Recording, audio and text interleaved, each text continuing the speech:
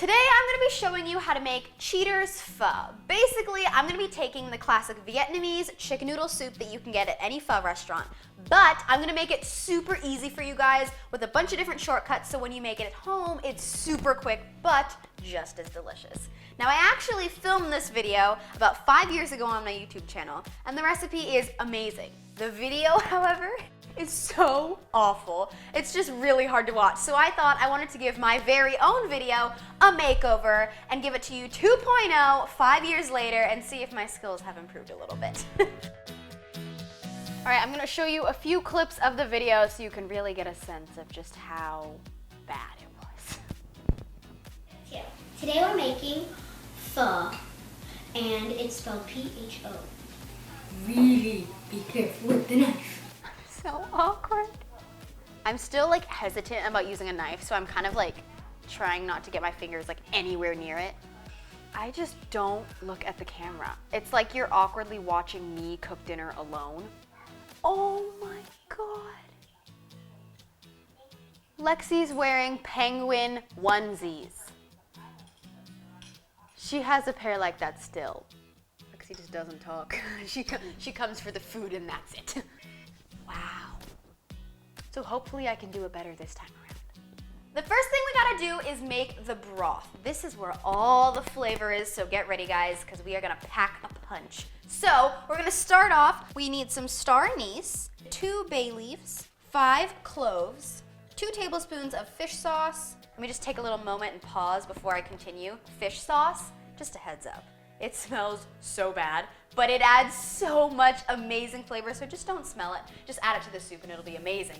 Then we've got some ground ginger as well as some ground coriander, 1 onion, and here's a little shortcut. Instead of making your very own bone broth and adding in the chicken carcasses and all that fancy stuff, just get some chicken stock from the store, ladies and gentlemen. We're gonna add to this and make it a lot more flavorful, but this just cuts down the process by so much and it saves you so much time.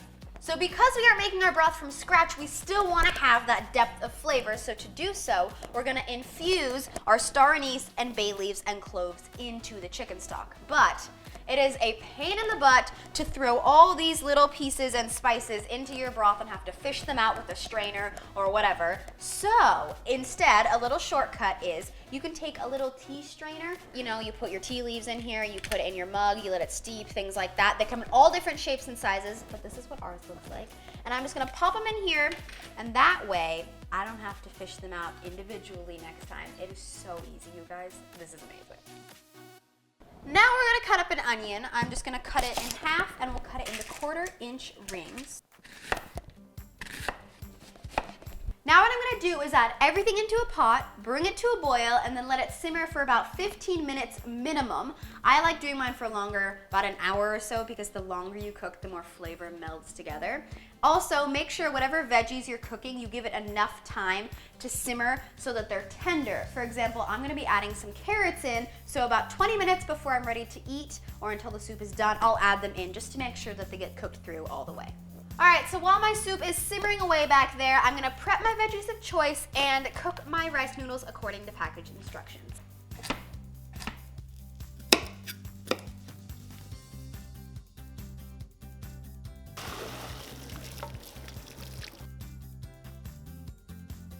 So my carrots have been cooking for a few minutes and they're almost tender, so I'm gonna add in my veggies as well as my chicken. And I actually, this is a little cheat, guys, I bought my chicken at the store, just a rotisserie chicken. I shredded it up, and that way I don't have to cook the chicken from scratch, and it saves me a ton of time.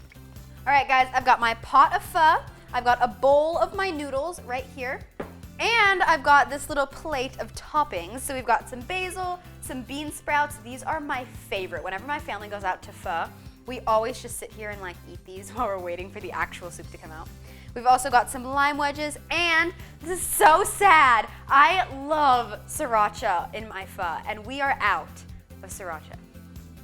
It's awful, so I swear after this video, we're gonna go out and get some because that is crucial in my mind to add some spice and some color, but it's still good without it. It's just really sad. So I'm gonna plate some up.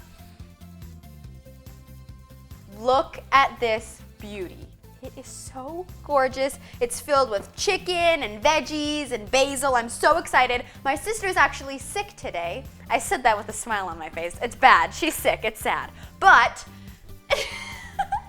this is a perfect recipe for her because it's warm and comforting, and I'm gonna make you your own later because I'm eating this one and you're not getting me sick.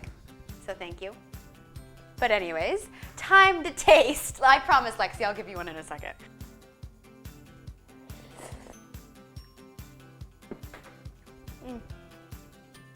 That is amazing. The best part, in my opinion, is the broth. It's so savory and rich, and it's so simple to make. There are only a few ingredients. And you've got so many hearty vegetables.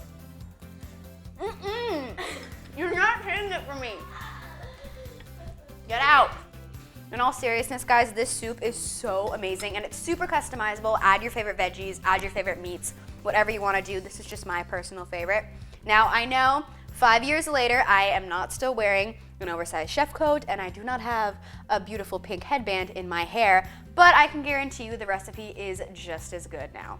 So give it a try, let me know what you think, and I gotta go because I gotta give my bowl of soup to my sister because I'm trying to be a good family member. So thank you guys so much for watching, and I'll see you in my next video. All right, Lexi, here you go.